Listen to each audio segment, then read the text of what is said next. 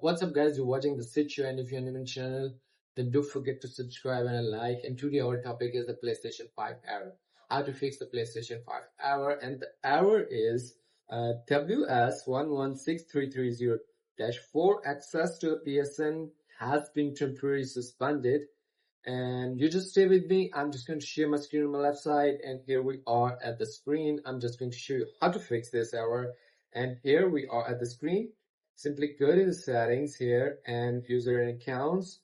You must check your PSN account first is signed in or not. Sometimes your PSN account is not signed in, that's why it's getting the error.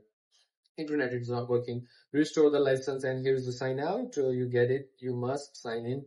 If you want to sign in, you get here the sign in, and here is the network and view PlayStation network services. You must check the services. Sometimes the server is down, so when you're working with the updates or other options or other problems, that's why you get this error, or the network is low.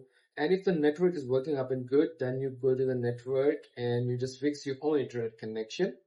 Fix your own internet connection, attest your own internet connection. So, and if it's not working, then contact with the internet provider. They will fix your internet, or use a LAN cable than the Wi-Fi. You will get the better speed on it.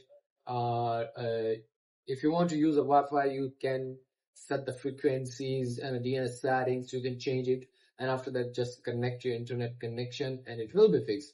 So I hope so far my video helpful for you. And if you want to ask me a question, then leave a comment in the comment box, and see you soon for the next one, for the next topic. See ya.